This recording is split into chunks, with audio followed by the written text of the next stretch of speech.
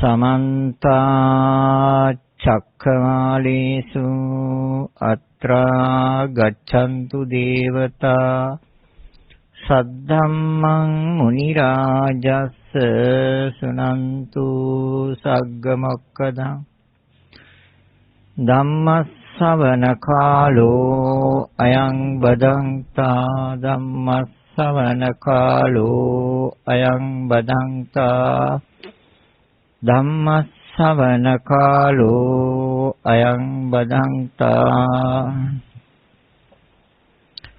නමෝ තස්ස භගවතෝ අරහතෝ සම්මා සම්බුද්දස්ස නමෝ තස්ස භගවතෝ අරහතෝ සම්මා සම්බුද්දස්ස නමෝ තස්ස භගවතෝ අරහතෝ සම්මා සම්බුද්දස්ස.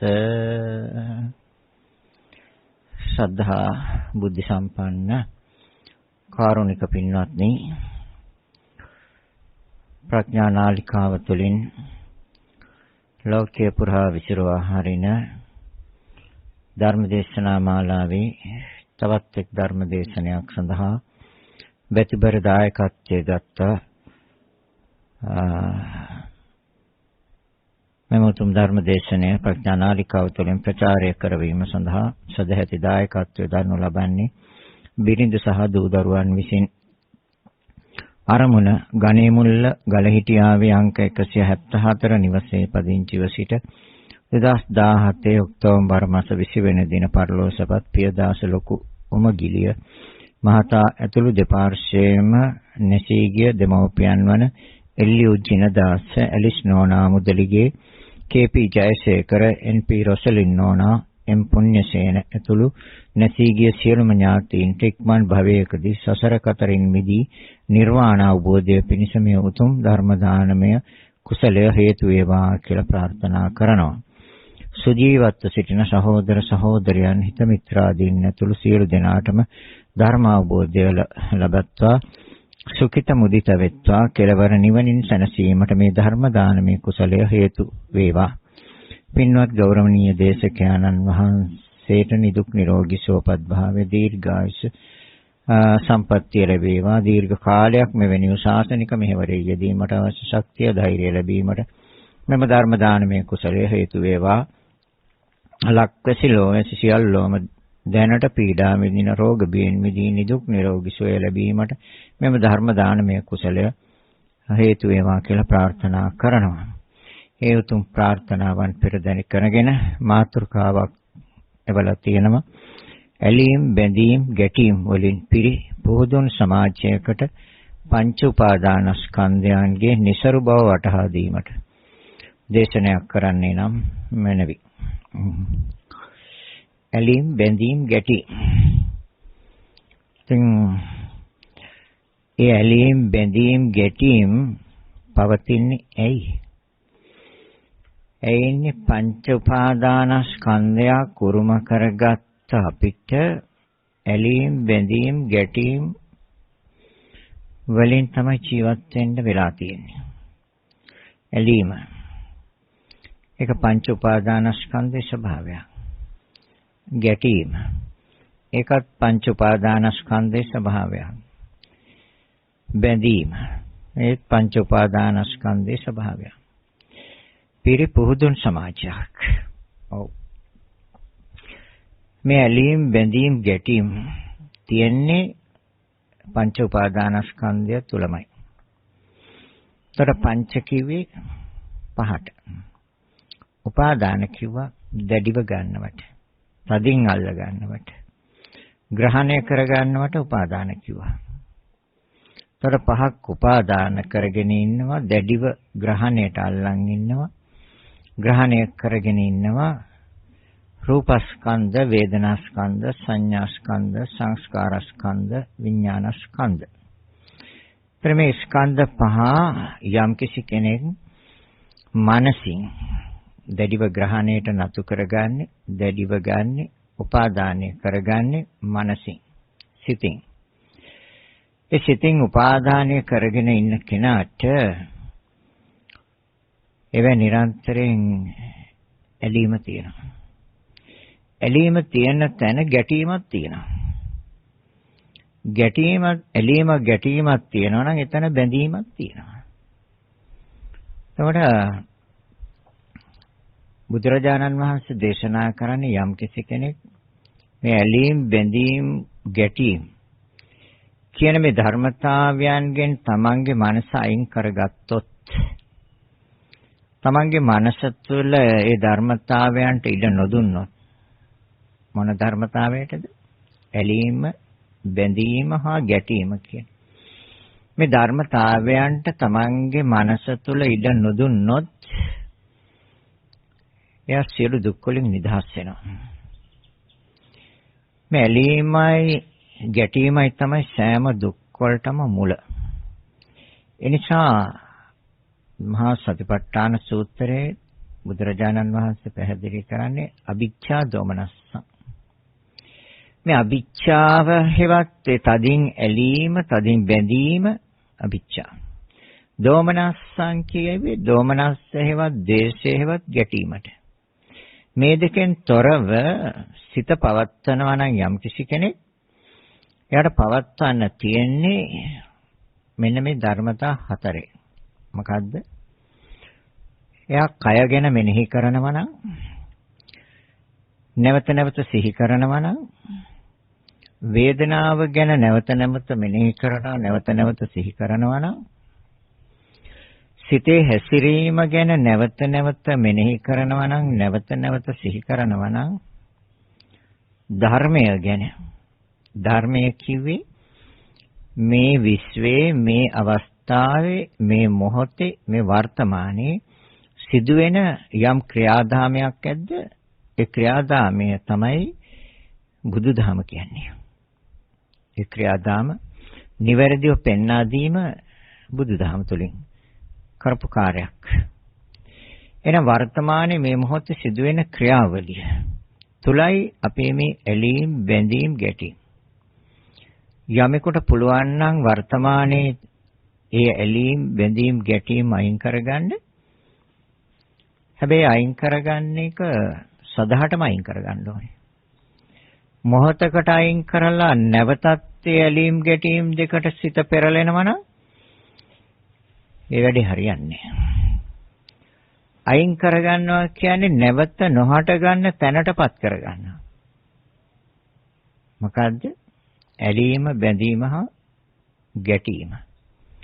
නැවත නොහට ගන්න තැනටපත් කරගන්න පුළුවන් නම් යම්කිසි කෙනෙකුට එයා මෙච්චර කාලයක් අතීතයේ විඳපු දුක්, ඒ සියලු දුක් මේ භවයේ නිමාවටපත් කරනවා.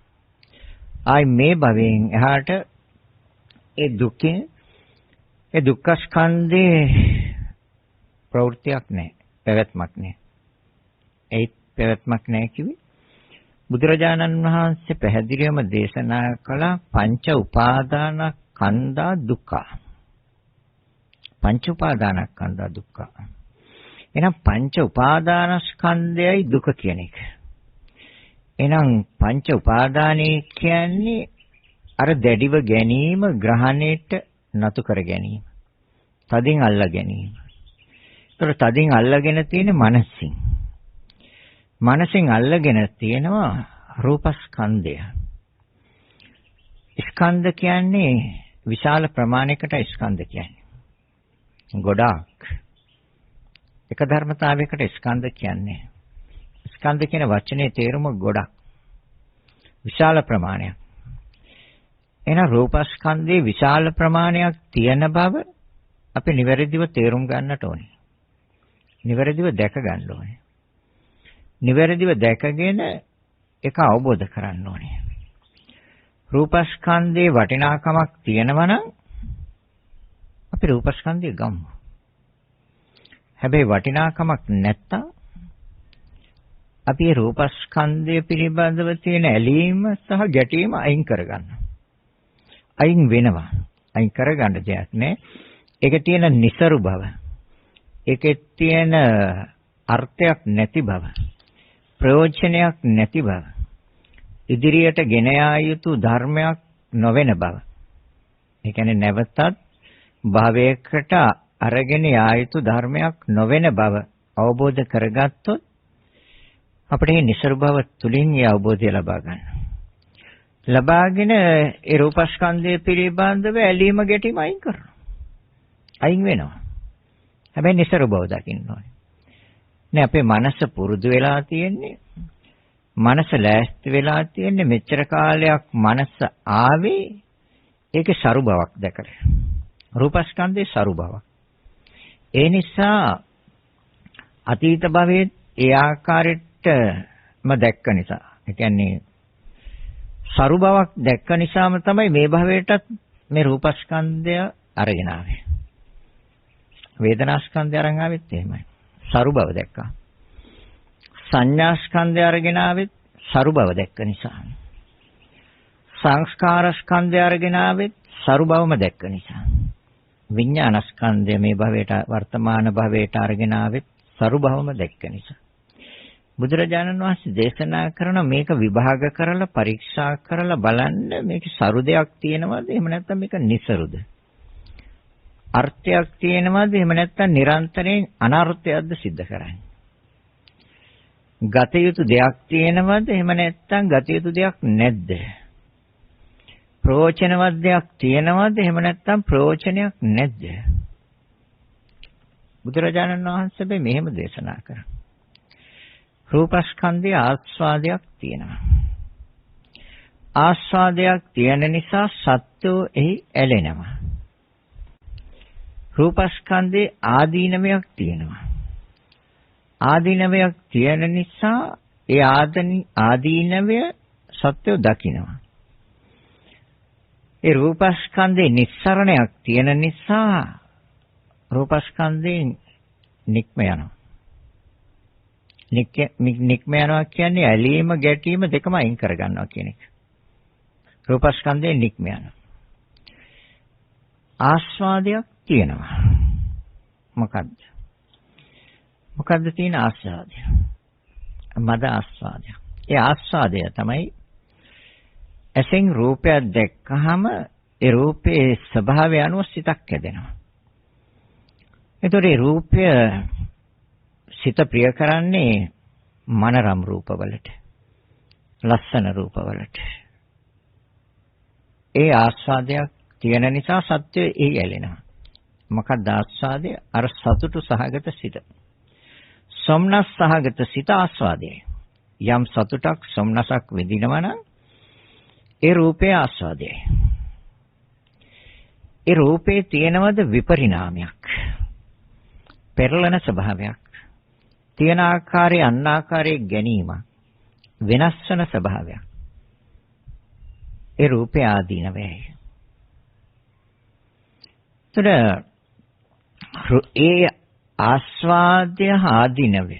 ආස්වාදයක් හැටියට දැකලා ආදීනවයක් හැටියට දැකලා නිස්සරණය ඒ රූපේ ඇලීම් ගැටීම් දෙක අයින් කරගන්නවා. මද ආස්වාදයක්. ඒතර මද ආස්වාදය මනසින් දකින්න ඕනේ.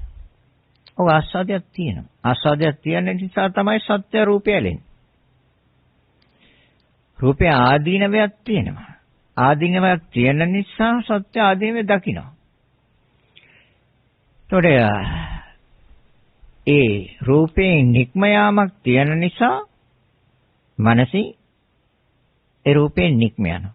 ඒ නිස්සරණයයි.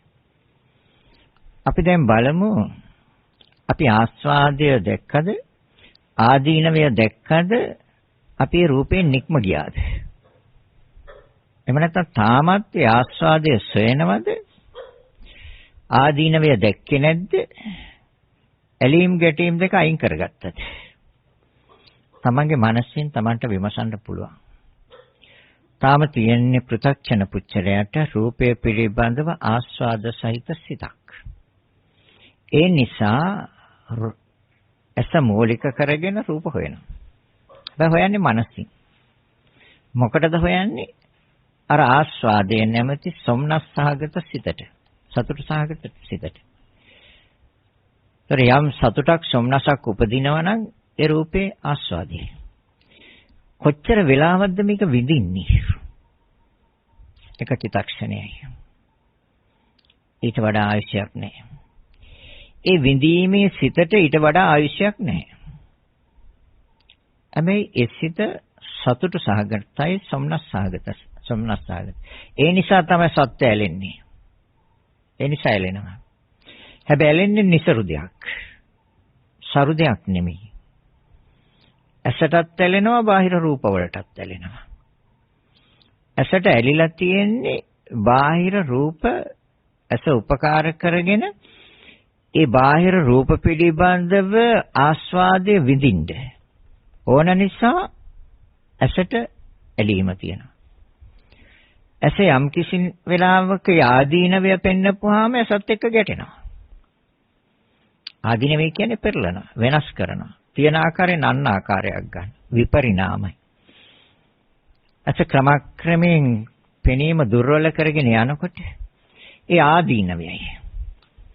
ඒ වෙනස් වෙන ස්වභාවය. තියෙන ආකාරයෙන් අන්න ආකාරයක් ගැනීම. ඒ ආදීනවයයි. එහෙනම් තියෙන සරු බවක්ද නිසරු බවක්ද?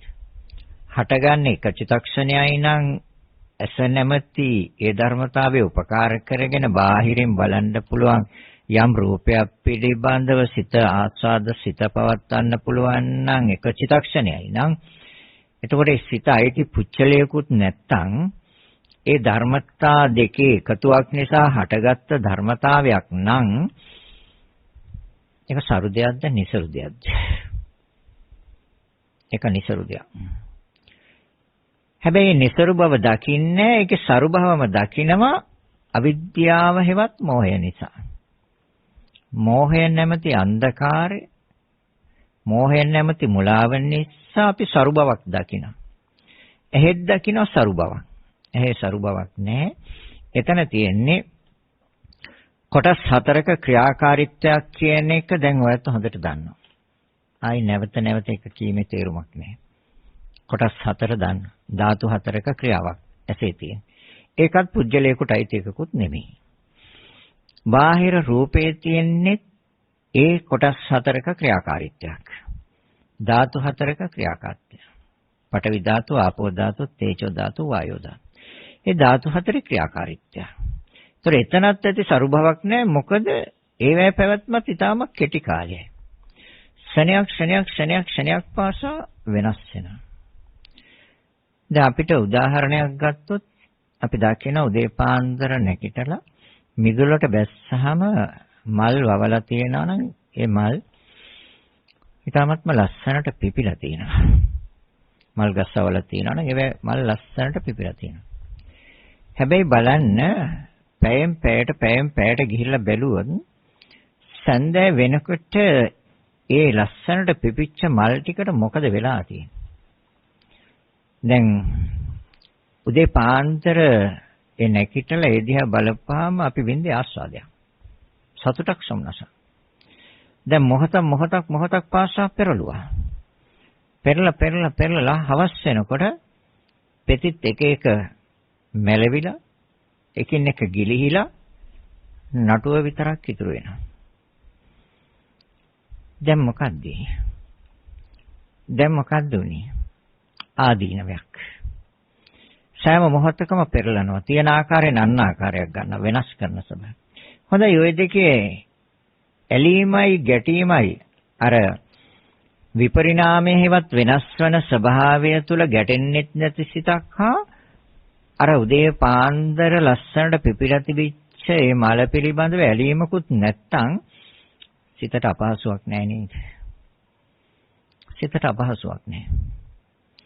පහසුවක් හොයන්න ගිහිල්ලා අපහසුවකටපත් වෙනවා. ආස්වාදයක් හොයන්න ගිහිල්ලා ආදීනවයක් විඳින්න වෙනවා. ආදීනවයක් විඳින්න වෙන්නේ අර විපරිණාමය නිසා. එතකොට ඇහෙත් තියෙන්නේ ක්ෂණයක් පාසා විපරිණාමයක්. පෙරලනවා. වෙනස් කරනවා. තියෙන ආකාරයෙන් අන්න ආකාරයක් ගන්න. හොඳ ප්‍රකෘති tattve තියෙන තාක්කල් ඇහැ පිළිපඳව ආස්වාදයක් විඳිනවා. සතුටක් සොම්නසක් විඳිනවා. ඒ තමයි ආස්වාදය. යම් දෙයක් පිළිබඳව සතුටක් සොම්නසක් උපදිනවා නම් ඒක ආස්වාදයයි. දැන් අර පෙරලපුවාම අර උදේ පාන්දර පිපුණු වගේම මල හැමදාම තියෙනවනම් එහෙම තියෙනවද? නැහැ. එහෙනම් ඒ වගේම නේද මේ රූපස්කන්ධයේ ස්වභාවය? ඒ විදිහම තමයි. ඒතකොට ඇස විතරක්ද? ඒ කන ඒකත් ක්‍රමක්‍රමයෙන් ඇහෙන්නේ නැතු යනවා. ඇහෙන්නේ නැතුව යන්නේ ඇයි? එතකොට ඒක ඇහෙන තාක්කල් සතුටක් සොම්නසක්. කන නිසා යම් සතුටක් සොම්නසක් විඳිනවා. ඒ ආස්වාදයයි. හැබැයි ඒක ක්‍රමක්‍රමයෙන් ඇහෙන්නේ නැති ස්වභාවයටපත් වෙනවා. හැබැයි මේ ස්වභාවයටපත් වෙන වෙලාව අපිට කියන්න බෑ. යම් හේතුන් නිසා පුංචි කාලෙම කන් ඇහෙන්නේ නැතු යනවා. ළමා වයසේදී ඇහෙන්නේ නැතු යනවා. තරුණ වයසේදී ඇහෙන්නේ නැතු යනවා. මැදි වයසේදී දැන් ළමා කාලය තරුණ කාලය ගත්තොත් යම් අනතුරක් එහෙම නැත්නම් යම් උපද්‍රවයක් නිසා ඇහෙන්නේ නැතු යනවා. පේන්නේ නැතු යන්නේ ඒ ආකාරයට. යම් උපද්‍රවයක් යම් හේතුවක් යම් කරදරයක් විපතක් නිසා. ඒතර මැදි වයසේදී ක්‍රමක්‍රමයෙන් ඇහෙන්නේ නැතු යනවා. වයසට යනකොට දැන් මුලින් තිබුණ ස්වභාවය ආස්වාදේ. එතකොට අපි හිතනවා හැමදාම ඒ වගේ කියලා සරුයි කියලා හිතනවා. නෑ නිසරුයි. සරු බවක් නෑ.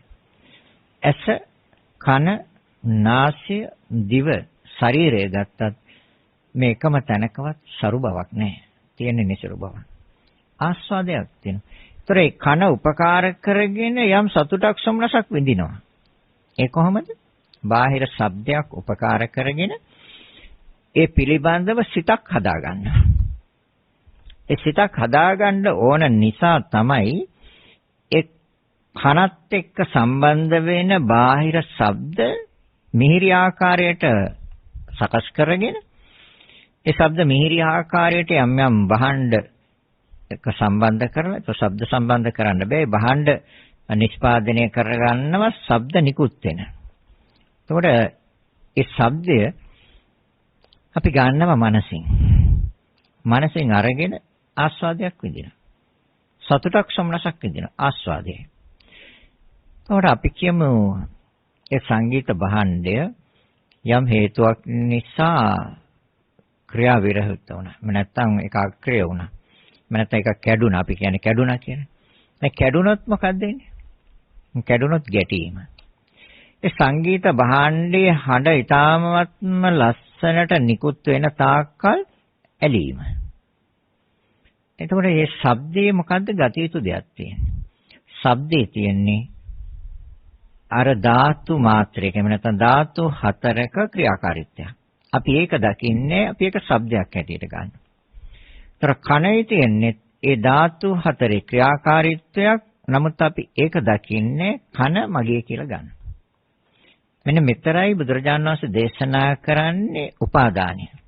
ඒ කියන්නේ දැඩිවල්ල ගැනීම. කනත් දැඩිවල්ලගෙන තිනවා. මේ කන නෙමෙයි අර ධාතු හතරේ ක්‍රියාකාරීත්වය දැඩිවල්ලගෙන තියෙන්නේ. ශබ්දේ නෙමෙයි අල්ලගෙන තියෙන්නේ අර ධාතුන් හතරේ ක්‍රියාකාරීත්වය මනසින් ග්‍රහණය කරගෙන තියෙනවා. දැඩිවල්ලගෙන තියෙනවා. ඒ දෙක නිසා උපදින සිත දැඩිව ග්‍රහණය කරගෙන තියෙනවා. දැඩිවල්ලගෙන තියෙනවා. ඒතර බලන්න දැන් එහෙනම් රූපස්කන්ධය අධ්‍යාත්මික බාහිර. ඒ රූපස්කන්ධයත් අපි දැඩිව ග්‍රහණය කරගෙන නැද්ද? දැඩිව උපාදාන කරන්නේ නැද්ද? උපාදානය කරගෙන ඉන්න එක්කෙනාට දුක, ශෝකය, කනගාටුව, හැඬීම, වැළපීම එනවා. ඒ ඇයි එන්නේ? ඒක සරු දෙයක් හැටියටම මනසේ රැඳිලා තියෙන තාක්කල්. ඒ ධර්මතාවයන්. ඒතර කනත් බාහිර ශබ්දයක් નિසරු දෙයක් හැටියට දැක්කහම ඇලීම් ගැටීම් දෙක අයින් කරගන්න පුළුවන්. සමාජයේ සුවසේ ජීවත් වෙන්න පුළුවන්. තවත් කෙනෙකුට කිසිම කරදරයක් නැහැ. තවත් කෙනෙක් එක්ක කිසිම ගැටීමක් නැහැ. තවත් කෙනෙක් එක්ක කිසිම ඇලීමකුත් නැහැ. ලෝකයෙන් අයින් වෙලා ඉන්නේ. ලෝකයෙන් එතර වෙලා ඉන්නේ. එහෙම නැති තාක්කල් ලෝකයක් එක්ක බැඳිලා. මනසින් බැඳිලා තියෙන ලෝකයක් එක්ක. ඒතකොට සරු දෙයක් පිළිබඳව නෙමෙයි මනසින් බැඳිලා තියෙන්නේ. નિසරු දෙයක් පිළිබඳ. ඇයි નિසරු දෙයක් කියලා කියන්නේ? අර ධාතු හතරේ ක්‍රියාකාරීත්වයේ චිත්තක්ෂණ 17යිනේ. මොන ධාතු හතරේද? කන කියලා ලකුණක් දාගෙන තියෙන්නේ. ඒ ධාතු හතරේ ක්‍රියාකාරීත්වය චිත්තක්ෂණ 17යි. අර බාහිර ශබ්දේ ක්‍රියාකාරීත්වය ඒකෙත් ආයශ චිත්තක්ෂණ 17යි. ගත යුතු දෙයක් නෑ. ඇලෙන සිතට ආයශ ඒකට ආයශ 17නුත් එකයි. එහෙනම් මොනවද ගන්න තියෙන්නේ? කොහෙද ඇලෙන්න තියෙන්නේ? ඇලෙන්න නැහැ. ඇලෙන්න හදනකොට මේ සිත නැති වෙලා ඉවරයි. ආයෙත් ඇලෙන්න හදනවා. ඇලෙන්න හදනකොට ඒ සිතත් නැති වෙලා ඉවරයි. ආයෙත් ඇලෙන්න සිත තියෙනවා. සිත තියෙනකොට ඒ සිතත් නැති වෙලා ඉවරයි. පොඩ්ඩක් හොයලා බලන්න. පුළුවන් නම් මේක ටිකක් ගැඹුරට යන්න ඕනේ. පළවෙනි සිත දෙවෙනි සිතෙන් විදර්ශනා කරන්න. ඒ කියන්නේ පළමුවෙන් හටගෙන නැති වෙච්ච සිත පිළිබඳව ඊළඟට එන සිතෙන් බලන්න. එතකොට තේනවා මේකේ තියෙන નિසරු බව. ඒ දෙවෙනි සිත පළවෙනි සිත බලන්න හදනකොටම දෙවෙනි සිතෙන් ඒ සිතත් නැති වෙලා ඉවරයි. ඊගාව ඒ සිතත් බලන්න තුන්වෙනි සිතේ. ඊගාවටත් එනවා ආයෙ සිතක්. ඒ සිතෙන් බලන්න අර දෙවෙනි සිතේ ක්‍රියාකාරීත්වය කොච්චර වෙලාවක් පැවතුනාද කියලා. එතකොට තේරෙනවා. සරු දෙයක්ද નિසරු දෙයක්ද? අපි මේ උපාදාන කරගෙන ඉන්නේ ප්‍රයෝජනවත් දෙයක්ද ප්‍රයෝජනයක් නැති දෙයක්ද? අර්ථවත් දෙයක්ද අනර්ථවත් දෙයක්ද? අන්න එතකොට තේරෙයි. අපි හිතනවා මේ සෑම වෙලාවකම පවතිනා වූ ස්ථිරව පවතිනා වූ සිතක් තියෙනවා කියලා. ඔන්න ඔතන තමයි වැරදුනේ. ඒ වැරදිච්ච නිසා තමයි අර දැඩි උපාදානයට ගිහිල්ලා තියෙන්නේ මනස. තදින් අල්ලන් තියෙන්නේ. ඒ තදින් අල්ලන් ඉන්න තාක්කල් ඇලීමක් තියෙනවා ගැටීමක් තියෙනවා. තදින් අල්ලන් ඉන්න තාක්කල් ඒක මගේ. තමන් සතු කරගන්නවා. තමන් සතු කරගත්තාම ඒක කාටවත් දෙන්න කැමති වෙන්නේ. තමන් සන්තක දෙයක්. තමන් සතු කරගත්ත දෙයක්. ඊට පස්සේ ඒක අපි ආරක්ෂාව පිණිස හංගනවා. හංගලා තියාගන්නවා. දැන් හැබැයි ඒකට අත උපකාර කරගන්නවා හංගන්න. හැබැයි හංගන්න සිතක් ආවේ. ඒතර බලන්න ඒ සිතත් පිරිසිදු සිතක් නෙමෙයිනේ. ඇලීමක් තියෙනවා ගැටීමක් තියෙනවා. හංගන්න සිතක් පහළ වෙන්නේ ඇලීම නිසා. දෙයක යම් කිසි තැනක හැංගුවා ඒක එතනින් කවුරු හරි අරගත්තොත් ගැටීම. අන්න බුදුරජාණන් වහන්සේ දේශනා කරන යම් කිසි කෙනෙක් උට රකින්න දෙයක් නැත්තම් ආරක්ෂා කරන්න දෙයක් නැත්තම් එයා මොනවාකට හංගයිද? නෑ. එයාට ඇලීමකුත් නැහැ ගැටීමකුත් නැහැ.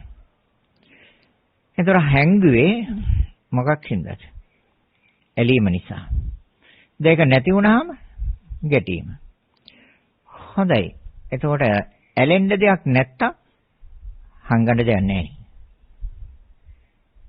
ඇලෙන්න දෙයක් තියෙනවා. සිත යම් තැනක ඇලිලා නම් එතකොට රූපයකට සිත ඇලිලා නම් බාහිර ඇස පිනවන රූපයක් ඒක හංගලා තියෙනවා. කන පිනවන අර භාණ්ඩයක් යම් කිසි දෙයක් තියෙනවනම් ඒක හංගනවා. ඒ හංගන්නේ ඒකට ඇලීම නිසා.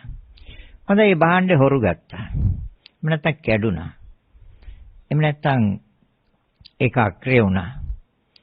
දැන් අමනාපයක් එන්නේ නැද්ද? අමනාපයක් එනවා. ඒතර බලන්න අර ඇලෙන සිත හින්දා නේද ගැටීමේ සිතක් එන්නේ. ඇලෙන සිත අයින් කළොත් ඒ කියන්නේ හංගන්න දෙයක් නැත්තම් බාහිරින් ඇසට පෙනෙන රූපවත් නැත්තම් Tamanට හංගන්න කනට ඇහෙන මිහිරි ශබ්ද නිකුත් කරන යම් දෙයක් නැද්ද Tamanට හංගන්න තමන්ගේ කියලා මගේ කියලා අයිති කරගෙන හංගන්න නැද්ද? නාස්යෙන් විඳින යම් ආස්වාදයේ විඳින්න අවශ්‍ය කරන උපකරණ Tamanට නැත්තම් හංගන්න ප්‍රණීත රස ඒ ආහාර පිළිබඳව නැද්ද Tamanට හංගන්න? ඒ වගේම කයෙන් පහස්ස ලබන ඒ දේවල් නැද්ද Tamanට හංගන්න? ඒ කියන්නේ ඇලීම නැත්තම් හංගන්නේ නැහැ. ඇලීම තියෙන නිසා නේද හංගන්නේ. ඒතර ඇලීම තියෙන නිසා හංගනවා හංගපු තැනින් වෙන කවුරු හරි ගත්තාම ගැටෙනවා. එතකොට සරු දෙයකටද ඇලිලා තියෙන්නේ? රසය කියන්නේ අර ධාතු හතරක ක්‍රියාකාරීත්වයක් නේ. ඔය සෑම ආහාරයක්ම අරගෙන බලන්න ධාතු හතරක ක්‍රියාකාරීත්වයක් තියෙනවා. පඨවි ධාතු, ආපෝ ධාතු, තේජෝ ධාතු, වායෝ ධාතු. ඒ ආහාරය දිවේ තියෙනෙත් ඒ ක්‍රියාවමයි. හැබැයි අපි තදින් උපාදාන කරගෙන ඉන්නවා.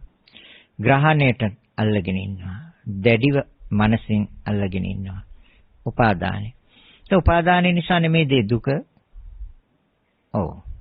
එතකොට ඒව හංගන්න ගියාම මගේ කියලා ඒ ඇලීම තුළ ඒව හංගනවා. හංගපුවාම ඒවා ඊට පස්සේ ආරක්ෂා කරන්න ඕනේ. ආරක්ෂා කරන්න නිකන් බෑ. ආරක්ෂා කරන්න නම් බොරු කියන්න වෙනවා. හරි. යම් කිසි කෙනෙක් ඇවිල්ලා ඉල්ලුවොත් අනේ වාගාව තියනවා නේද මේ වගේ එකක් මට පොඩ්ඩක් දෙනවා. එයාගේ ඒ පිළිබඳව ඇල්ම හරි ආසාව වැඩි. දැන් අපි උදාහරණයක් ගමු. රත්තරන් මාලයක් තියෙනවා. දැන් එයා ඒක හරි ආසාවෙන් තියන් ඉන්නේ. ඒකට ඇලිලා. ඔයත් දන්න එකට මොනතරම් ඇලීමක් තියෙනවද කියලා. වලල්ලක් හරි මාලයක් හරි. දැන් මේක දකින්නේ යම්කිසි කෙනෙක් තමන්ගේ ඥාති කෙනෙක් හිතවත් කෙනෙක් යම් ගමනක් යන්නේ මේක ඇවිල්ලා ඉල්ලනවා. දැන් කැමැත්තෙන් දෙන්නේ කීයෙන් කී දෙනාද? දෙන්නේ. බොරු කියන්න සිද්ධ වෙනවා. අපෝ මෙයා මේක ගෙනහිල්ලා මේක මට විශ්වාසයක් නැහැ මෙයාගේ. දැන් බොරුවක් කියන්න වෙනවා. මොකක්ද? අනේ ඒක නෑනේ මම ඒක බැංකුවේ තිබ්බ හදිස්සියකට. හැබැයි ගෙදර අල්මාරියේ තියෙනවා. දැන් බොරු කිව්වේ. දැන් බොරු කීම කුසලයක්ද අකුසලයක්ද? දැන් ඇලීම නිසා හැංගුවා. දැන් හංගපු නිසා බොරු කියන්න සිද්ධ වෙනවා. දැන් ඔය ඒ බහඬ අපිගේ රත්තරන් වලල්ල ඔය ඒ මාළය හෝ දැන් හොරු ගත්තා. දැන් හොරු ගත්තාම මොකද වෙන්නේ? පොලිසියට වෙනවා.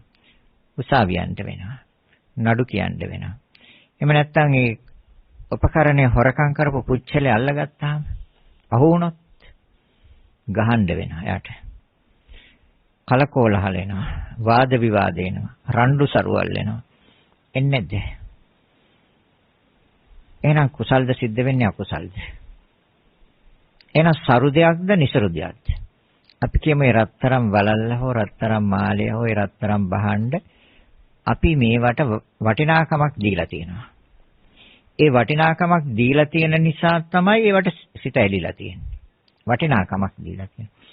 හැබැයි මේ ධර්මතාවයන්ගේ ඒ උපකරණවල සත්‍ය දැක්කොත් රත්තරන් වලල්ල හෝ මණික් ගලක් අල්ලපු මුද්දක් හෝ එහෙම නැත්නම් රත්තරන් මාලයක් හෝ අපි ওই නම් වශයෙන් වෙන් කරගත්තට ওই සෑම තැනකම තියෙන අර ධාතු හතරේ ක්‍රියාකාරීත්වයක් නේ. ඒක දකින්නේ නෑනේ. ඒක නොදකින තාක්කල් අර ග්‍රහණයට නතු කරන් ඉන්න. දැඩිව උපාදාන කරන් ඉන්නවා. නැත්ද? දැඩිව මනසෙන් උපාදාන කර. දැඩිව මනසෙන් උපාදාන කරගෙන ඉන්නව නම් ඒවා ඊට පස්සේ හංගන්න ඕනේ. දැන් හංගවට පස්සේ පරිස්සම් කරන්න අර අකුසල් කරන්න සිද්ධ වෙනවද නැද්ද? ඒ නිසා තමයි බුදුරජාණන් වහන්සේ දේශනා කරන්නේ උපාදානය නිසා මේ දැඩිව ගැනීම නිසා උපාදානය නිසා කර්ම කරනවා කියලා. දැන් මේ පිළිබඳව ඇලීමක් නැත්තම් රකින්න දෙයක් නැහැනේ. මේ ඇලීමක් තියෙන දේවල් නේද රකින්නේ.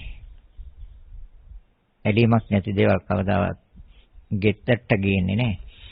හංගන්නේ නැහැ. තමන් සතු කරගන්නෙත් නැහැ. ඇලීමක් නැති දේවල්. ආසාවක්, ඇල්මක්, බැඳීමක් තියෙන දේවල් විතරයි තමන් සතු කරගන්නේ. බලන්න හොඳට නැද්ද කියලා. හැබැයි මේ નિසරු බව. ඒතකොට සෑම ධර්මතාවයකම තියෙන්නේ අර ධාතු මාත්‍රයක්. නැත්නම් ධාතු හතරේ ක්‍රියාකාරීත්වය. රත්තරන් මාලේ තියෙන්නේ ඒ ටිකම තමයි. නාසයෙන් සූරලා ඉවතට දාන සොටු ටිකේ තියෙන්නේ ඒ ධාතු හතරම තමයි. වෙනසක් තියෙනවා හැබැයි. ඒක බොහොම පිළිකුලෙන් ඉවතට දාන්නේ. නාසයේ සූරලා. පිළිකුලෙන් ඉවතට දාන. ඒක දිහා බලන්නත් කැමති නෑ. කැස්ස තියෙන මිනිස්සය කැහැලා සෙම ගුලියක් ඉවතට දානකොට ඒක කිසි කෙනෙක් බලන්නේ අප්පිරියයි. හැබැයි රත්තරන් පෙත්තක් දැක්කොත්, දියමන්ති කැටයක් දැක්කොත්, පුංචි මණික් ගලක් දැක්කොත් පොර කාලා ගන්න. ගහලා ගන්නවා. උදුර ගන්නවා. මංකොල්ල ගන්න. හැබැයි දෙකේම තියෙන ධාතු මාත්‍රයක් විතරයි. අර ධාතු හතරේ ක්‍රියාකාරීත්වයක් විතරයි. අන්න નિසරු බව දැක්කා. નિසරු බව දැක්කාම ඇලෙන්නේ නැහැ. ඇලෙන්නේ නැත්තම් ගැටීමකුත් නැහැ. ඇලෙන්නේ නැත්තම් බැඳීමකුත් නැහැ. ඇලීම් බැඳීම් නැත්තම් ගැටීමකුත් නැහැ. හැබැයි පුහුදුන් සමාජයේ ඒ ධර්මතාවයන් තියෙනවා. ඇයි සත්‍ය අවබෝධ නැහැ. ඇත්ත දකින්නේ. තියෙන දේ තියෙන හැටියට, ඇති දේ ඇති හැටියට දකින්නේ. යථාභූත ඥාන දර්ශනය නැහැ. ඇත්ත ඇති සැටියෙන් දැකීම යථාභූත ඥාන දර්ශනය. ඒ නොදකින තාක්කල් ඒවා වෙන් කරගෙන ලකුණු දාගෙන වටිනාකම් දීලා ඇලීම් බැඳීම් හා ගැටීම්. සරු බවම තමයි හිතන්නේ. නෑ නිසරුයි. ගත යුතු දෙයක් නෑ. බලන්න. ඒ සෑම දෙයකම තියෙන ධාතු හතරේ ක්‍රියාකාරීත්වය නම් අර නාසය සූරලා ඉවතට දාන, ඊටම පිළිකොලෙන් ඉවතට දාන සොටු. කැහැල එළියට දාන සෙම ගුලිය. කහම කහ පාටයි. සෙම ගුලියක්. ඒක හරි පිළිකුල් අපිරියයි. හැබැයි රත්තරන් මාලය ලස්සනට කරේ දාගෙන අනිත් අයට පේන්නත් එක්ක එළියට පොඩ්ඩක් පේන්න දාගෙන යන්නේ. හැබැයි දෙකේම තියෙන අර ධාතු මාත්‍රයක්, සතර මහා ධාතුන්ගේ ක්‍රියාකාරීත්වයක් විතරයි. අන්න යමෙකුට මනස එතනට ගන්න පුළුවන් නම් මේ උපාදානය අතහරිනවා. උපාදානය අතහැරියාම යා කර්ම කරන්නේ. කර්ම කරන්නේ නැත්නම් උප්පත්ති භවයක් නැහැ. එයි කර්මයක් සිද්ධ කරගත්තොත් විතරයි උප්පත්ති භවයක් අවශ්‍ය වෙන්නේ. කර්ම නොකරන කෙනෙකුට උප්පත්ති භවයක් අවශ්‍ය වෙන්නේ. භවයක් හදන්නේ නැහැ. ඒතර භවයක් හදන්න බැයි නම් එයාට උපතක් නැහැ. පහළ වීමක් නැහැ. සකස් වීමක් නැහැ. පහළ වීමක් සකස් වීමක් නැත්තම් ජාතිය. ඒ කියන්නේ ජාතිය නැහැ කියන්නේ. පහළ වීම සකස් වීම හට ගැනීමට කියන්නේ ජාති කියන්නේ. ඒ ජාතියක් නැත්තම් ජරා මරණ නැහැ නේ. බලන්න මේ ලෝකයේ යම් කිසි කෙනෙක් පුජ්‍යලයක් වශයෙන් කතා කරුවොත් මිනිස්සෙක් වෙලා හෝ දෙවියෙක් වෙලා හෝ යක්ෂයෙක් වෙලා හෝ රූපාවචර බ්‍රහ්ම ලෝකේ බ්‍රහ්මෙක් වෙලා හෝ අරූපාවචර බ්‍රහ්ම ලෝකේ බ්‍රහ්මෙක් වෙලා හෝ ප්‍රේතෙක් වෙලා හෝ එහෙම නැත්නම් නිරේ නිරිසතෙක් වෙලා හෝ තිරිසන් ලෝකේ තිරිසනෙක් වෙලා හෝ උපතක් නැත්තම් හටගත්තේ නැත්තම් ජරා මරණයක් පේනවද? කොහොමද ජරා මරණයක් පනවන්නේ? මේ යම් තැනක පහළ වීමක් සකස් වීමක් හටගැන්මක් වුණොත් විතරයි ජරා මරණයක් දකින්න පුළුවන්. නැත්තම් ජරා මරණයක් නැහැ. ජරා මරණයක් නැහැ කියන්නේ ශෝකයකුත් නැහැ. ජරා මරණ ශෝක නැත්තම් කනගාටුත් නැහැ, හැඬීමුත් නැහැ, වැළපීමුත් නැහැ, කායික දුකුත් නැහැ, මානසික දුම්නසුත් නැහැ, ප්‍රියයන්ගෙන් වෙන්වීමුත් නැහැ, අප්‍රියයන් හා එක්වීමකුත් නැහැ, කැමැති දේවල් නොලැබී, මකමැති දේවල් ලැබී මොනවාක්වත් නැහැ. පංච උපාදානස්කන්ධයෙන් නිදහස්.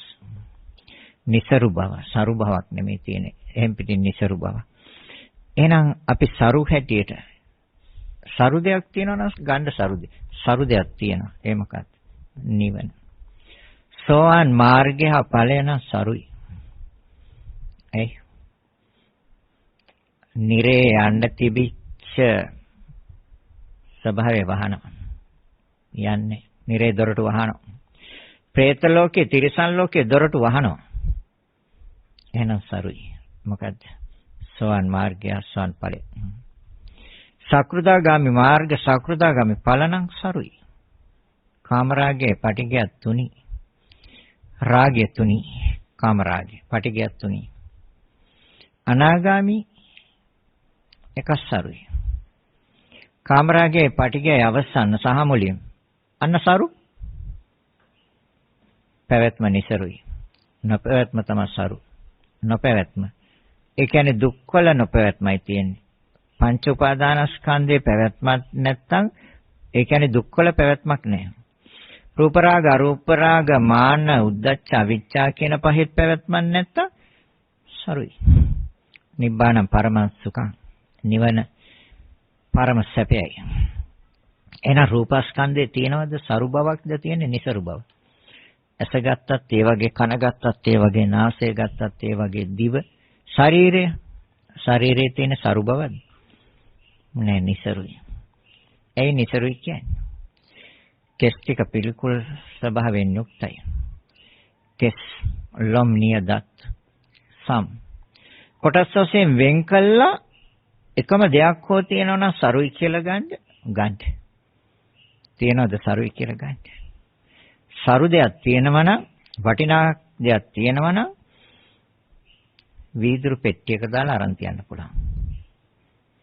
හැබැයි තථාගතයන් වහන්සේගේ ශාරීරික ධාතුන් වහන්සේලා නම් සරුයි. අදටත් උපහාර කරනවා. වන්දනාමාන කරනවා. හැබැයි ඒ තුල තියෙන්නේ අර ධාතු මාත්‍රයක්. එහෙම නැත්නම් අර ධාතු හතරේ ක්‍රියාකාරීත්වය. තථාගතයන් වහන්සේගේ ශරීරයේ තියෙන සියලුම කොටස් ගත්තොත් ඒ කොටසුත් වේදනා සංඥා සංකාර විඥාන කියන ධර්මතා හතර සිතත් එක්ක පැටලිච්ච ධර්මතාවය. එහෙම නැත්නම් රූපස්කන්ධයට අයිති සියලුම ධර්මතාවය අර ධාතු හතරේ ක්‍රියාකාරීත්වයක්. දැන් අපි යම් කිසි කෙනෙක්ගේ අසක් කනක් නාස්‍යයක් දිවක් ශරීරයේ යම් කොටසක් දතක් හෝ හං කෑල්ලක් හෝ යම් දෙයක් අරන් තියාගන්න පුළුවන්ද?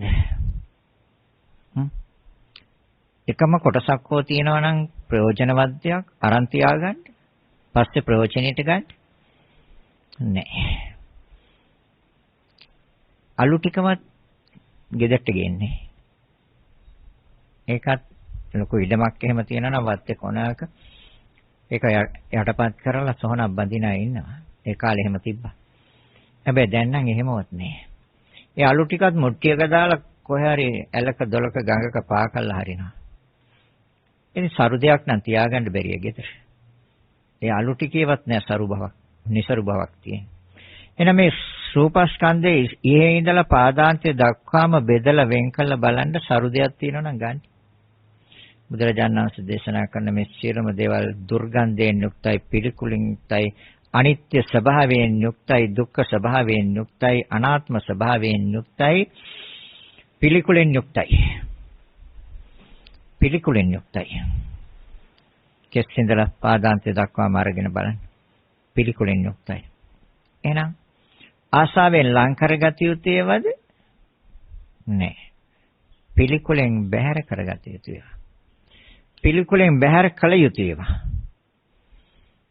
මේ අභ්‍යන්තරයේ තියෙන සියලුම කොටස් පිළිකුල් නම් අපි පිළිකුල් දේවල් ඉවත දානවනේ. විසි කරනවනේ. නෑ අපි මේවා මනසින් ග්‍රහණය කරගෙන ඉන්නවා. උපාදානය. ඒතකොට සරු දෙයක්ද උපාදානය කරගෙන ඉන්නේ? දැඩිව අල්ලගෙන ඉන්නේ නිසරු දෙයක්. අන්න දැක්ක නිවැරදිව. හේතුන්ගෙන් හටගත්ත බව දැක්ක. මේ සෑම කොටසක්ම හටගත්ත හේතුන්ගෙන් අපි දන්නවා. වර්තමානයේ හේතුන්ගෙන් ක්‍රියාව සිද්ධ වෙන්නේ. වේදනා ස්කන්ධය සිද්ධ වෙන්නේ හේතුන්ගේ ක්‍රියාවක්. ඒකයි වෙන්නේ නිසරු බව කියන්නේ. විඳීමේ සිතට තියෙන අපි කියමු ඇහැ මූලික කරගෙන අපි විඳිනවා. ඇහෙන් විඳින්න බෑ. ඇහැ හැබැයි උපකාර කරගන්නවා. බාහිර රූපයක් ඒකට සම්බන්ධ කරන රූප ඉදිරියෙන් තියාගෙන. ඒ රූප ඉදිරියෙන් වාඩි වෙලා ඒ රූප පිළිබඳව අරමුණු කරනවා. අරමුණු කරපුවාම හැදෙනවා සිතක්. ඒ රූප පිළිබඳව දැනගැනීමේ සිතක්. හොඳට තේරුම් ගන්න බලන පුච්චලයක්වත්, පෙනෙන පුච්චලයක්වත්, දකින පුච්චලයක්වත් නැතුව සිදුවෙන ක්‍රියාවලියක් කියන එක මේ ධර්මතාවය. එතකොට තමයි නිසරු බව දකින්න පුළුවන්. බලන කෙනෙක් ඕකට ඇතුළත් කරලා, පෙනෙන කෙනෙක් ඇතුළත් කරලා, දකින කෙනෙක් ඇතුළත් කරලා බැලුවොත් අර ආස්වාදයමයි වෙන්නේ. නිසරු බව දකින්න ඕනේ නම් බලන කෙනෙකුත් නැහැ, පෙනෙන කෙනෙකුත් නැහැ, දකින කෙනෙකුත් නැහැ කියන මානසිකාරයෙන් යුක්ත සත්‍යයත් ඒකයි. බලන කෙනෙක් නැහැ, පෙනෙන කෙනෙක් නැහැ, දකින කෙනෙක් නැහැ. හැබැයි මේ ධර්මතාවල ක්‍රියාවක් තියෙනවා. එහෙනම් හැදෙනම සිතක් ධර්මතා දෙකක් සම්බන්ධ කරලා දීලා. ඒ කිසිම සරුභාවක් නැති මේ ධර්මතා හතරේ ක්‍රියාවලිය. සතර මහා ධාතුන්ගේ ක්‍රියාවලිය අස නැමැති. ඒ සතර මහා ධාතුන්ගේ ක්‍රියාවලිය බාහිර රූපය. ඒ දෙක සම්බන්ධ වීම නිසා හැදෙනව සිතක්. තව ක්‍රියාවක් පටන් ගත්තා. තව ක්‍රියාවක් පටන් ගත්තා ඒ ධර්මතා දෙක නිසා. දැන් ඒ සිත හදනකොටම කර්ණ තුන එකතු කරලා දුන්නු ධර්මතාවයට කියන ස්පර්ශය කියලා. ඒ ස්පර්ශය නිසයි අර විඳීමේ සිත හැදෙන්නේ. එහෙනම් දැන් බලන්නකෝ දැන් එහෙත් සරු බවක් නැත්තම් බාහිර රූපේ ගත යුතු දෙයක් නැත්තම් ඒ දෙක නිසා හැදෙන සිතේ මොනවද ගන්න තියෙන්නේ? ඒතොර ඇස කියන්නේ සතර මහා ධාතුන්ගේ ක්‍රියාවලියක්, බාහිර රූපේ කියන්නේ සතර මහා ධාතුන්ගේ ක්‍රියාවලියක්. ඒ දෙක නිසා හැදෙන සිතේ මොනවද ගන්න තියෙන්නේ? ඇයි ගන්න දෙයක් නැහැ කියන්නේ? ඇති වෙනසනේ නැති වෙන හින්දා. රඳවා ගන්න බෑ මොහොතක්වත්. රඳින්නේ චිතක්ෂණයයි. එක චිතක්ෂණයයි රැඳෙන්නේ. ඒ සිතේ ආයශ ඇති වෙනසනේ නැති වෙනවා. ඇති වෙනවට කිව්ව උදේ කියලා, නැති වෙනවට කිව්ව වැය කියලා. එය දකින්න නුවණට කිව්ව ඥානය කියලා. දකින්නවට කිව්ව දර්ශනය කියලා. දැන් වචන ටික එකට එකතු කරන්නකො. ලස්සන ඥානයක් එනවා. උදය ව්‍යාණු දර්ශන ඥානය. උදය ඇති වෙනවා. වැය නැති වෙනවා. උදය ව්‍යාණු දර්ශනය දකින්න ඥානය නුවණින්. වචන ටික එකට එකතු කරන්න. ලස්සන නුවණක් එන්නේ. ඒ නුවණ උපදවලා තියෙනවද? උපදවලා නැති නිසා තමයි සරු බවක් දකින්නේ. ඒ ඥානෙ උපදුවා නම් දකින්නේ නිසරු බවක්. එතකොට ඒ සිතටත් ආයශ එක චිතක්ෂණයයි අර ස්පර්ශය ඒකටත් ආයශ එක චිතක්ෂණයයි ඒ ස්පර්ශය නිසා විඳින විඳීමේ සිතට ආයශත් එක චිතක්ෂණයයි. එක චිතක්ෂණයයි. චිතක්ෂණයක් තුළ ඇතිව නැති වෙනවා. එහෙනම් කොහෙද සරු බවක්? හැබැයි අපි උපාදානයි. අපි උපාදාන කරගෙන ඉන්නවා. ඇහත් උපාදාන කරගෙන, බාහිර රූපයත් උපාදාන කරගෙන, දෙක නිසා හැදෙන සිතත් උපාදාන කරගෙන, කර්ණ තුන එකතු කරන ස්පර්ශයත් උපාදාන දැඩිවල්ලගෙන, ඒ නිසා හැදෙන විඳීම, වින්දනය නැමැති සිත ඒකත් උපාදාන කරගෙන. බුදුරජාණන් වහන්සේ දේශනා කරනවා දැන් සරු දෙයක් කොතනද තියෙන්නේ? ගත යුතු දෙයක් කොතනද තියෙන්නේ? ප්‍රයෝජනවත් දෙයක් කොතනද තියෙන්නේ? ඒ ඇස නැමැති ධාතු හතරක් චිතක්ෂණ 17යි උදේවැය ඇතිවනසනේ නැති වෙනවා. බාහිර රූපේත් ආයශ චිතක්ෂණ 17යි උදේවැය ඇති වෙනව නැති වෙනවා. ඒ දෙක නිසා හැදුණු සිතත් එක චිතක්ෂණයයි ඇතිව නැති වෙනවා. කර්ණ තුන එකතු කරන ස්පර්ශයයි ඒකත් එක චිතක්ෂණයයි ඇතිව නැති වෙනවා. ඒ නිසා විඳින්නා වූ වින්දනය ආස්වාදයේ විඳින සිත ඒතොර ඒ විඳීමට ආයසත් එක චිතක්ෂණයයි. විඳීමටත් එක චිතක්ෂණයයි. සරු බවක් නම් මේවා කාලයක් පවතින්න ඕනේ. කාලයක් පවතින එකම ධර්මතාවයක්වත් නැහැ. එහෙනම් සරු බවක්ද නිසරු බවක්ද? හැබැයි පුහුදුන් සමාජයේ මේ ධර්මයෙන් නොතේරෙන, නොවැටහෙන අඥාන පුච්චලියෝ ඒවා තමන් සතු කරගෙන අධ්‍යාත්මික රූපයක් තමන් සතු කරගෙන අධ්‍යාත්මික වේදනාවක් තමන් සතු කරගෙන තමන් නිවිඳින්නේ. දැන් තමන් විඳිනවද විඳීමේ සිතක් හැදෙනවද අර ධර්මතාවල ක්‍රියාකාරීත්වය නිසා. දිව ධාතු හතරේ ක්‍රියාවක්. රසය ධාතු හතරේ ක්‍රියාවක්. ඒ දෙක එකට සම්බන්ධ වෙනවා. සම්බන්ධ වුණාම දෙකේම නැති දෙයක් එනවා. තව ක්‍රියාවක් පටන් ගත්තා. ඒ තමයි රස දැනගැනීමේ සිත. ජීව විඥානය. ඒ රස දැනගැනීමේ සිත චිතක්ෂණය යතිව නැති වෙනවා. කර්ණ තුන එකතු කළ ස්පර්ශයයි. ඒකටත් චිතක්ෂණය යතිව නැති වෙනවා. ඒ ස්පර්ශය නිසා විඳීමේ සිතක් හැදෙනවා. හරි රසයි ආහාරය ප්‍රණීතයි පැණි රහස. හරි රසයි සිතක් විඳීමේ සිතක් එක චිතක්ෂණයයි.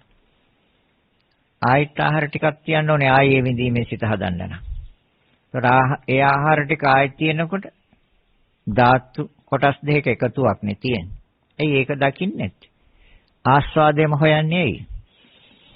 ඒ තමයි පෘථග්ජන ස්වභාවය. පුහුදුන් සමාජයේ ස්වභාවය එක. ආස්වාදය හොයනවා. යථාර්ථය දකින්නේ, පරම සත්‍ය දකින්නේ, නිවැරදි ක්‍රියාව දකින්නේ. අන්න නිවැරදි ක්‍රියාව දකින්න මොකද්ද සිද්ධ වෙන්නේ කියලා. එතකොට ඇලීමක් නෑ. ඇලීමක් නැත්තම් ගැටීමකුත් නෑ. ඇලීමක් හොඳට බලන්න, හොඳට කල්පනා කරන්න, හොඳට විමසන්න. යම් තැනක ඇලීමේ සිතක් හැදුනොත් තමයි ගැටීමේ සිතක් එන්නේ. ඇලීමේ සිත අයින් කරගන්න පුළුවන් නම් කවදාවත් ගැටීමේ සිතක් එන්නේ නැහැ. ඒ ඇලිච්ච දේ පිළිබඳව සිත ඇලුනද යම් තැනක ඒක නොලැබෙන තැනයි ගැටෙන්නේ. එහෙනම් ඇලීමේ සිත අපි හැදුවේ නැත්තම් ගැටීමේ සිතක් කවදාවත් එන්නේ නැහැ. හොඳට බලන්න. පරීක්ෂා කරලා බලන්න. විමසලා බලන්න. ඇලීමේ සිතක් නැතුව ගැටීමේ සිතක් එනවද කියලා? එන්නේ නැහැ. කවදාවත් එන්නේ නැහැ. ඇලීමේ සිතක් තිබ්බොත් තමයි ගැටීමේ සිතක් එන්නේ. එහෙනම් මොකක්ද අයින් කරගන්න තියෙන්නේ? එකම ධර්මතාවයයි. ඒකට බුදුරජාන් වහන්සේ ලස්සන වචනයක් දුන්නා. සමුදාය සත්‍ය. ඇලීම කියන්නේ තෘෂ්ණාව. තෘෂ්ණාව කියන්නේ සමුදාය සත්‍යයි. ඒතර තියෙන්නේ පැවැත්ම දුකක පැවැත්මක් තියෙන්නේ. ඒ දුකක පැවැත්මක් කියන්නේ ජාති ජරා ව්‍යාධි මරණ ශෝක පරිදේව දුක්ඛ දෝමනස් උපායාස. මේවා උරුම කරගෙන ඉන්නේ අපි. නැද්ද කියලා බලන්න. ඒවා උරුම කරගෙන නම් ඉන්නේ ඒවයිති දුකට. එහෙනම් උරුම කරන් ඉන්නේ දුක. ඒ දුක හදාගත්තේ අර ඇලීම නිසා. එහෙනම් අපි රූපස්කන්ධය දැන් ගැන කතා කරා. ඒතර වේදනාස්කන්ධය උපාදාන කරන්නේ නැද්ද? විඳීම්. එහෙන් විඳින්න, ඇහැ මූලික කරගෙන විඳින්න, කන මූලික කරගෙන විඳින්න, සෝත සම්පස්සජා වේදන, නාසය මූලික කරගෙන විඳින්න, ගාන සම්පස්සජා වේදන. උපකරණ gedara නැද්ද? තියෙනවා.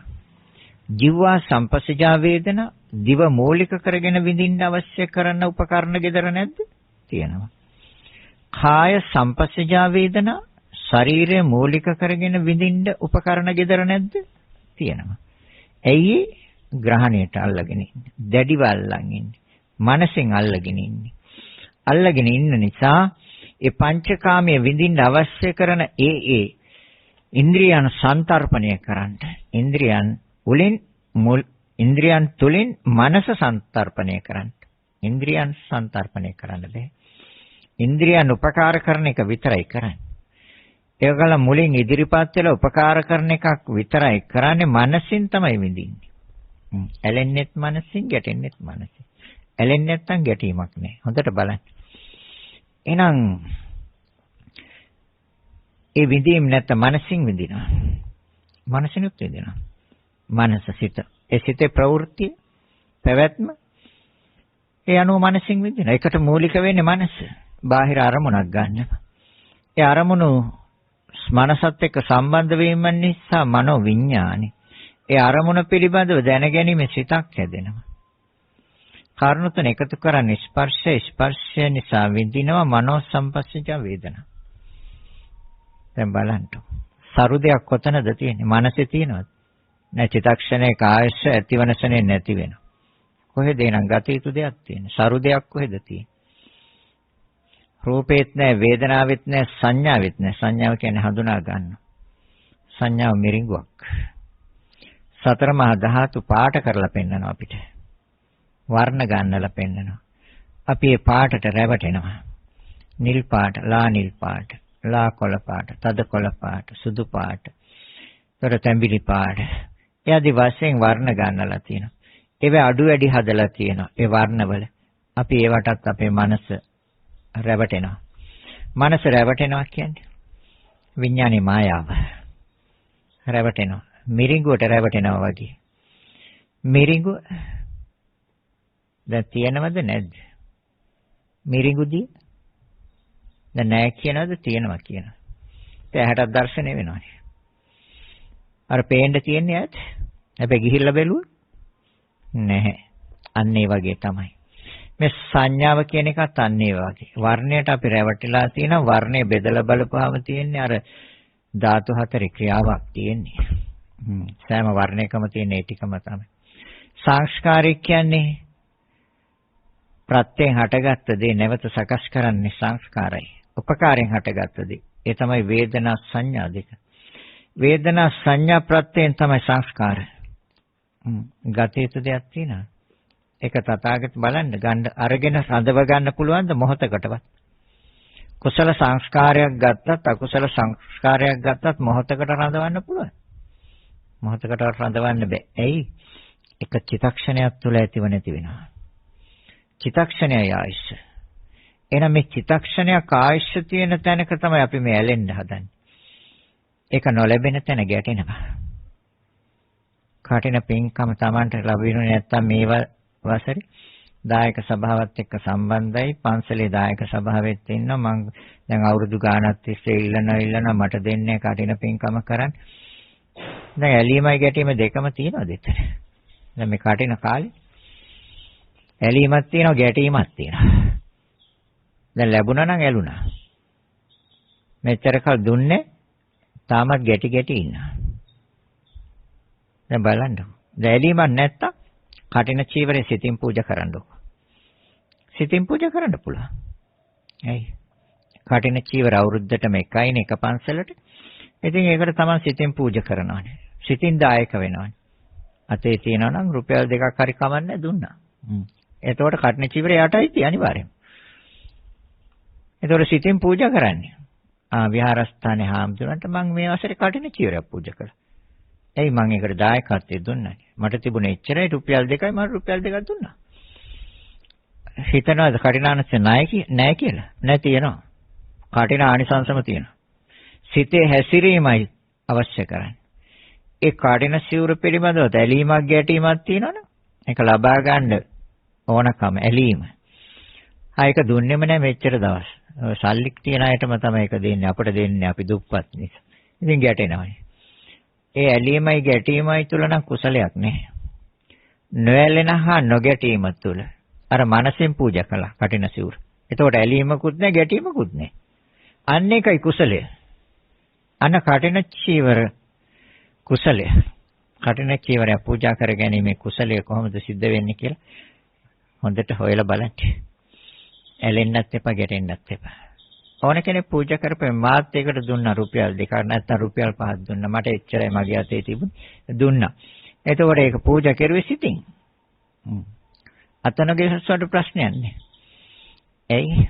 සිතේ හැසිරීමයිනේ කර්මය කියන්නේ. ඒතර බලන්න. ඇලෙන්නෙත් නැතුව ගැටෙන්නේ. ඇලෙනවද ගැටෙනවද පුහුදුන් සමාජය? සරු දෙයක්ද?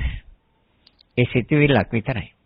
ඒතර ඒ සිතුවිල්ලට හැබැයි අර කුසල සිතුවිල්ලට හොඳ විපාකයක් ඇති කරන්න පුළුවන්. අකුසල සිතුවිල්ලට නම් දුක් විපාකයක් තමයි ඇති කරන්නේ. දුක් විපාක කියන්නේ අරමුණු කැඩෙනවා. අරමුණු බිඳෙනවා. අරමුණු සඵල වෙන්නේ. අපලයි කියන්නේ තමගේ අරමුණු ඉටු නොවෙනවා නම් අපලයි. අරමුණු ඉටු වෙන තැන සඵලයි. එන රූප උපාදානස්කන්ධ, වේදනා උපාදානස්කන්ධ, සංඥා උපාදානස්කන්ධ, සංස්කාර උපාදානස්කන්ධ, විඥාන උපාදානස්කන්ධ. විඥාන කියන්නේ මායාවක්. ඔකේ ගතිය යුතු මොකද්ද තියෙන්නේ? එක චිත්තක්ෂණයයි ආයුෂ ඇතිවෙන නැති වෙනවා. හැබැයි එකටත් ඇලිලා. ඒ විඥානේ උපදවන්න බැරි තැන ගැටෙනවා. අර Tamanට ලං වෙලා හොඳට ලස්සන දේවල් බලා ගන්න බැරි වුණොත් සෙනඟ පොර කනවත් ගුලි වෙලා රණ්ඩු වෙනවා. එතකොට එතනට යන්න බැරි වුණොත් ගැටෙනවා. ඒ සිත උපදවා ගන්න විදියක් නැහැ. විඥානේ හදා ගන්න විදියක් නැහැ ගැටෙනවා. විඥානේ මායාවට අහු වෙලා. එහෙනම් තේරුම් ගන්න ඇලීම් බැඳීම්. ඒතර මේ බැඳීම් ගැටීම් කියන ඒවා ඔක්කොම අයින් කරන්න පුළුවන් ඇලීම අයින් වුණා. ඇලීම තියෙන තැන තමයි ගැටීම එන්නේ. ඒතර සරු දෙයකටද අපි නැහැ. નિසරු දෙයකට. රූපස්කන්ධය ඇති සරු බවක් නෑ. ඒක පේන පිඬු උපමා. පෙන පිටකට උපමා කරේ. මොකක්ද ගන්න තියෙන්නේ? සරුද નિසරුද? වේදනාස්කන්ධය දිය බුබුලක්. ඇතිවන සෙනෙන් නැති වෙන. සෙනයක් පාස්සා බත්තලිය පෙන උතුරන දිය බුබුල එන සෙනෙන් පිපිරි නාසෙලා යනවා. ඒ ස්වභාවයටමයි බුදුරජාණන් වහන්සේ වේදනාව උපමා කරේ. ඒ ස්වභාවයම තමයි තියෙන්නේ. සංඥාව මිරිඟුවයි. ගත යුතු දෙයක් තියෙනවද මිරිඟුවේ? සරුද નિසරුද? සංස්කාරයන් පුඤ්ඤාභි සංකාර අපුඤ්ඤාභි සංකාර අනිච්චාභි සංකාර. මොනවාද ගන්න තියෙන්නේ? ගන්න තියෙන අනිත්‍ය ස්වභාවයක් නම් තියෙනවා. දුක්ඛ ස්වභාවයක් තියෙනවා. අනාත්ම ස්වභාවයක් තියෙනවා. ඒ ස්වභාවයක් නම් තියෙනවා. එහෙනම් සංස්කාරයෙන් ගත යුතු දෙයක්වත් නැහැ. විඥානය සංස්කාරයේ කෙහෙල් කඳක්, කෙහෙල් කොටයක්. මොනවාද ගන්න තියෙන්නේ කෙහෙල් කොටේක? ප්‍රයෝජනවත්. වතුර මුට්ටිය රත් කරගන්න. ඒකටවත් බැහැ. විඥාණය පැවැත්මේ කාටද ඇති ප්‍රයෝජනෙ? තවත් භවයක් හදයි. ආයි දුක් ටිකක් උරුම කළා දෙයි. තිරිසන් ලෝකයක්, പ്രേත ලෝකයක්, නිරය. හොඳයි ධර්ම දේශනාව අවසන් කරනවා. රැස් කරගත් අනන්ත ප්‍රමාණ පුණ්‍ය ශක්තියින් ගණේ මුල්ල ගල හිටියාවේ අංක 174 නිවසේ පදිංචිව සිට 2017 ඔක්තෝබර් මාස 20 වෙනි දින පරලෝසපත් පියදාස ලොකු උමගිලිය මහතා ඇතුළු දෙපාර්ශ්වයේම පරලෝසපත් දෙමව්පියන් වන එල්.යූ. චිනදාස, එලිස්නෝනා මුදලිගේ, කේ.පී. ජයසේකර, එන්.පී. රොසලින් නෝනා, එම්. පුණ්‍යසේන ඇතුළු නැසී ගිය සියලුම ඥාතීන්ට ඉක්මන් භවයකදී සසර කතරින් මිදී නිර්වාණ අවබෝධය පිණිස මේ උතුම් ධර්ම දානමය කුසලය හේතු වේවායි ප්‍රාර්ථනා කරනවා. සුජීවත්ව සිටින සහෝදර සහෝදරයන් හිත මිත්‍රාදීන් ඇතුළු සියලු දෙනාටම ධර්ම අවබෝධය ලැබත්වා සුඛිත මුදිත වෙත්වා කෙලවර නිවනින් සැනසීමට මේ ධර්ම දානමය කුසලය හේතු වේවා. පින්වත් ගෞරවනීය දේශකයන්න් වහන්සේට නිදුක් නිරෝගී සුවපත් භාවය සහ දීර්ඝායු සම්පන්නිය ලැබේවා. දීර්ඝ කාලයක් මෙවැනි උසාසනික මෙහෙවරයන්හි යෙදීමට අවශ්‍ය ශක්තිය ධෛර්යය ලැබීමට මෙම ධර්ම දානමය කුසලය හේතු වේවා. ලක්වැසි ලෝවැසි සියල්ලෝම දැනට පීඩා විඳින රෝග බියෙන් මිදී නිදුක් නිරෝගී සුවය ලැබීමට මේ ධර්ම දානමය කුසලය හේතු වේවා කියලා ප්‍රාර්ථනා කරනවා. ඒ ආකාරයෙන් මේ ප්‍රාර්ථනාවන් යහපත් ප්‍රාර්ථනාවන් බලාපොරොත්තු වේ ආකාරයෙන් ඉෂ්ට සිද්ධ වේවා කියන මෛත්‍රී සහගත සිතින් සියලුම ඥාතීන් සිහිපත් කරගෙන පින් අනුමෝදන් කරන්න. ඉදම් මේ ඥාතීනං හෝතු සුඛිතා හොන්තු ඥාතයෝ ඉදම් මේ ඥාතීන් හෝතු සුඛිතා හොන්තු ඥාතයෝ ඉදම් මේ ඥාතීනං හෝතු සුඛිතා හොන්තු ඥාතයෝ.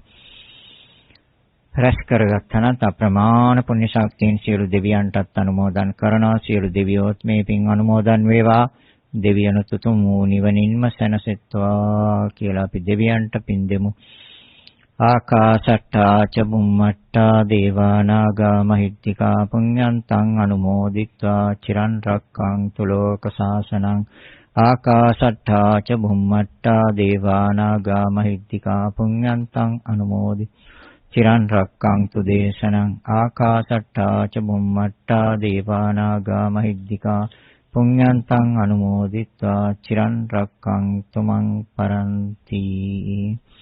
අවසාන වශයෙන් රැස් කරගත් අනන්ත ප්‍රමාණ පුණ්‍ය ශක්තියින් ඔබ අප සෑම දිනාටම නිර්වාණ අවබෝධය පිණිසම මේ උතුම් පුණ්‍ය ශක්තිය හේතු වාසනා වේවා කියලා හිතාගෙන සාදු කියන්නේ. ඒ වගේම සියලු දෙනාටම ලක්වැසි ලෝවැසි සියලු දෙනාට දැන්ට රෝගාතුරව ඉන්න ඒ සියලු දෙනාටත් නිදුක් නිරෝගී සුවපත් භාවයේ තිරචීවනයේ ඒ ඇතුළු මේ සියලු දෙනාටම නිදුක් නිරෝගී සුවපත් භාවයේ තිරචීවනයේ දීර්ඝායු සම්පත් සැලසේවා. ඒ සඳහා මේ උතුම් පුණ්‍ය ශක්තිය හේතු වාසනා වේවා කියලා හිතාගෙන සාදු කියන්නේ. සෑම දිනාටම ආශිර්වාද කරනවා. අභිවාදන සීලිස්ස නිච්ඡං වච්ඡාපචායිනෝ චත්තාරෝ ධම්මා වඩ්ඩಂತಿ ආයුවන්නෝ සුඛං බලං ආයුරාෝග්‍ය සම්පatti සග්ග සම්පatti මේවත අතෝ නිබ්බාන සම්පatti ඉමිනාතේ සමිච්ඡතු. සෑම දිනාටම තෙරුවන් සරණයි. मोहक्षयो निप